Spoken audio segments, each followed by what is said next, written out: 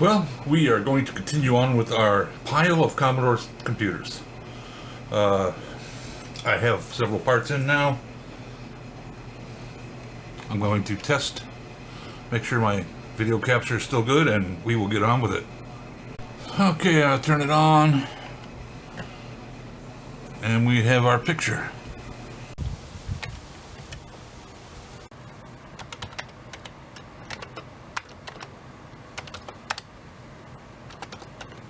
Say, kids, what time is it?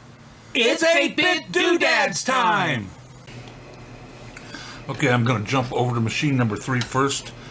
All I needed to do was to get some timers, or one. I haven't even put it back together yet completely. I've got 4 of them in. As long as I have them, I'm going to test all 4 of the chips. I don't know how well you guys are going to be able to see these. They all have a Commodore logo on them. So I'm wondering at what point, well, these were made in 90. So I'm wondering when they may or may not have stopped using the Moss brand. Okay, let's get this tested. Okay, I have one in. Turning it on. Excellent. I'm going to test the other 3 that I ordered. I'm not going to put you guys through that. I'm just going to test them myself, let you know the results. Well, I am very happy to report that all 4 of these chips are working. Now, I wasn't sure about the Commodore logo being on there, and they don't say Moss on them. I will tell you they all say Hong Kong. They're all made the same week of 1990. One of them looks... a couple of them look to have been... I think they were all used pulls. They were never soldered in. They were just... came out of decommissioned electronics. But... now I've got some working chips. I'm going to button this one up.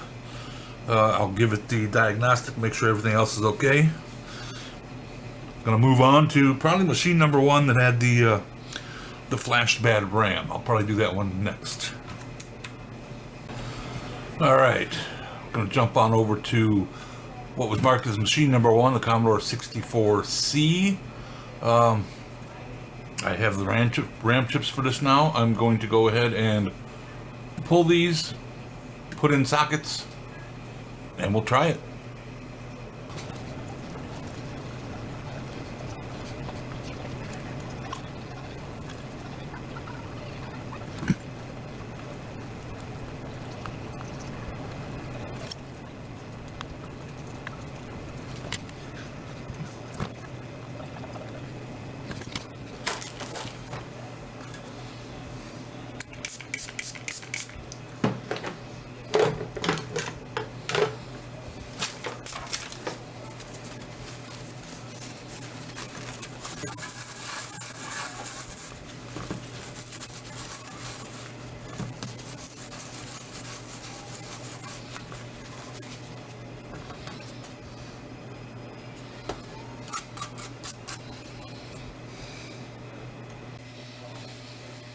Okay, sockets are in place.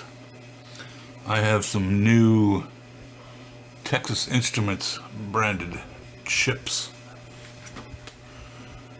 These are the old ones. I just went ahead and took them both out.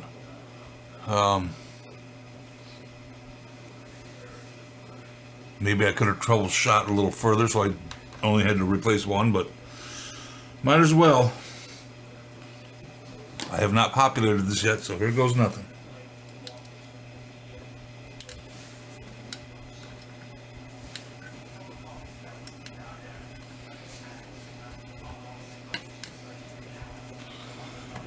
There's one.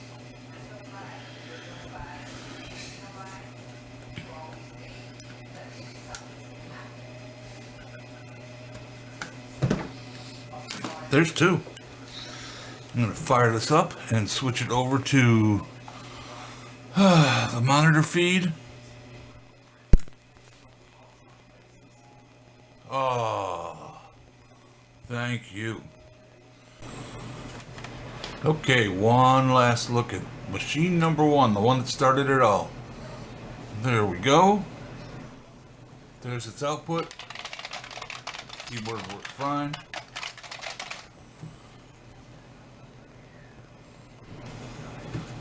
Number one is done.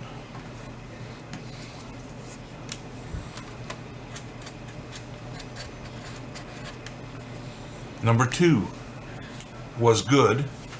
Number three, I went and fixed that one before I came back to this one. That one took the timer chip over by the VIC off to number four, and then we'll bust out a couple more as well. Alright, back to number four, the problem child. It's all beat up keyboard, poor thing. Filthy. Filthy, filthy. Okay, so I pulled it from its case. The shield had already been removed from it.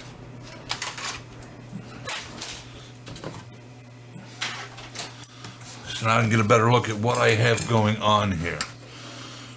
I'm fairly certain that I am going to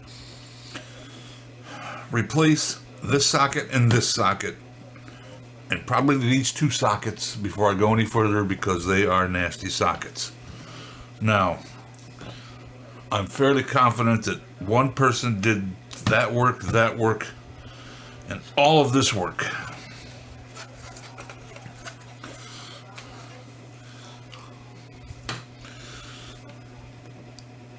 While the soldering work doesn't look bad, it actually looks fairly decent except for the lack of cleanup.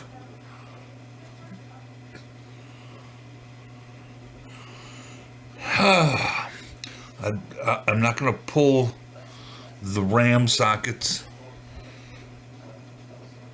because it looks to me like they are a better socket than these two and that one and that one.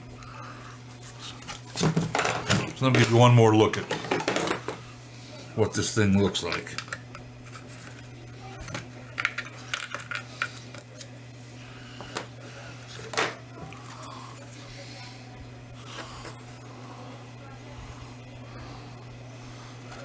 Can you see that thing?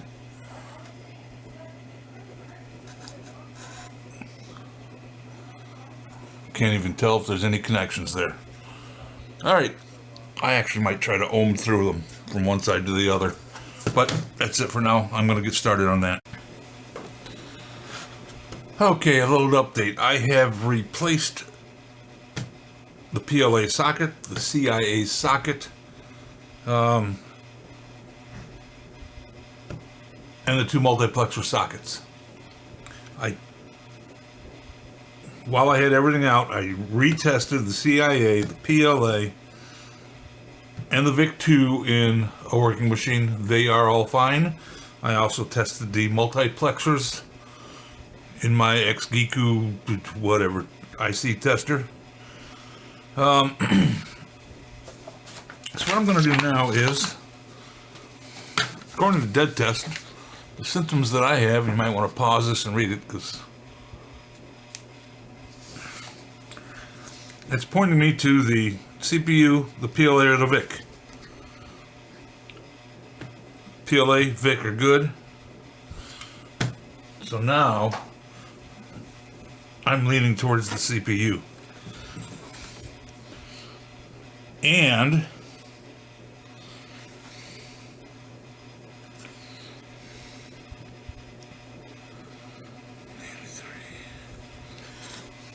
I'm going to get you guys to look at it. I don't know if you're going to be able to see this or not.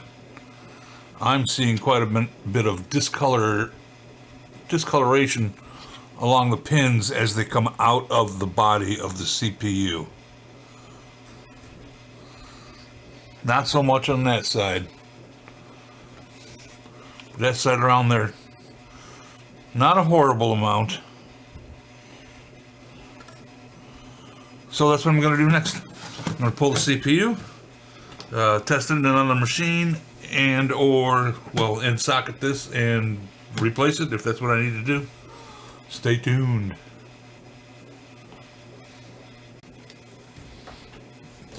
Alright, welcome back. It's been a little bit, but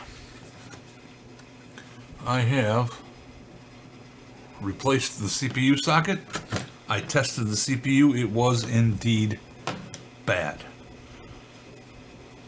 This is a spare.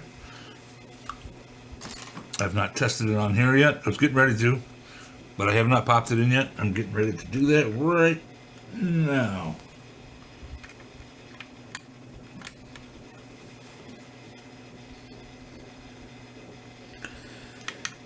Ooh. All right, I got it in the right direction. Fingers crossed. I'm gonna switch over to the monitor feed. Still got the bar. Oh man, oh man, oh man, oh man, oh man. All right, that wraps up this one for now. I'm going to go ahead and button this one up, and I'll talk about all of these, and then I will introduce a few more that we'll start on next.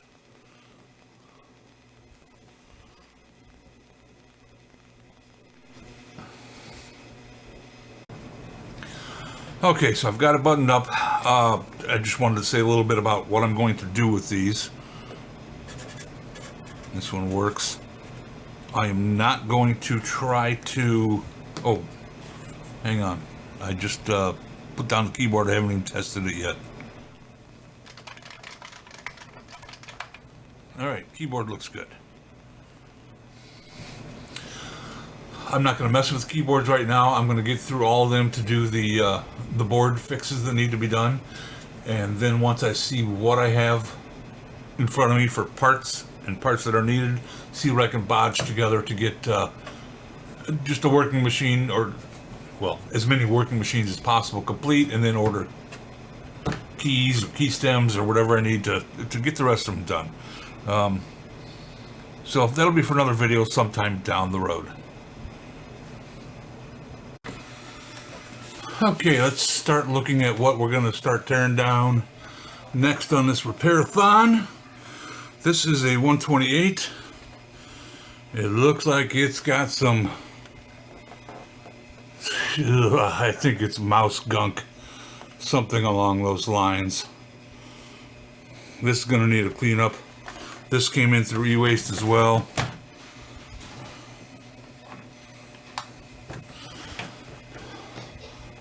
But it's rather interesting. It has a three-way switch on the side, so I'm guessing that's going to be a kernel switcher, and it'll be interesting to see if it works.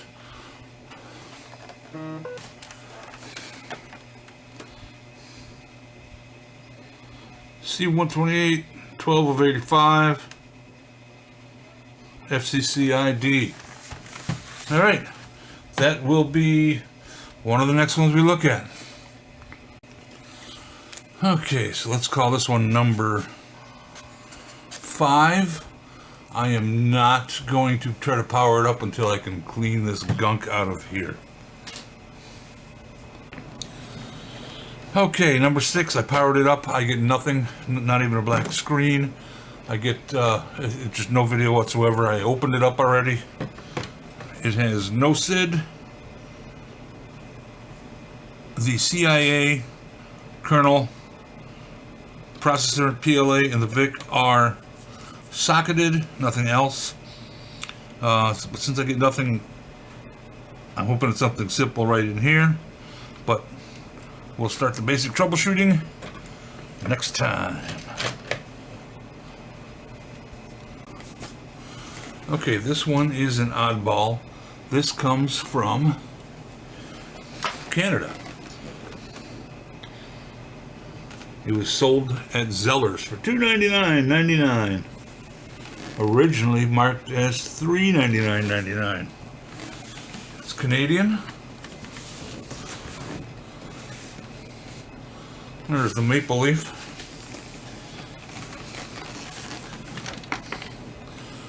Supposing the rest of it's pretty good. Let me go ahead and pull this out of its container. Okay, so here is the Canadian model. The serial number does match the box, and it's got an FCC ID as well. I'm just going to give it a quick turn on, see what happens.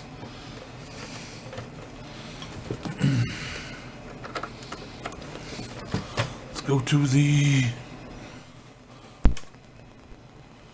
black screen.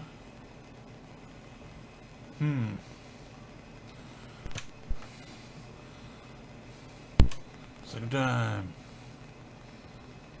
Alright, well, we'll give it the full rundown when we start troubleshooting on the next video. Alright, if you like seeing these Commodore videos, please hit the like button, consider subscribing, and we'll see you again on the next round. Thank you very much.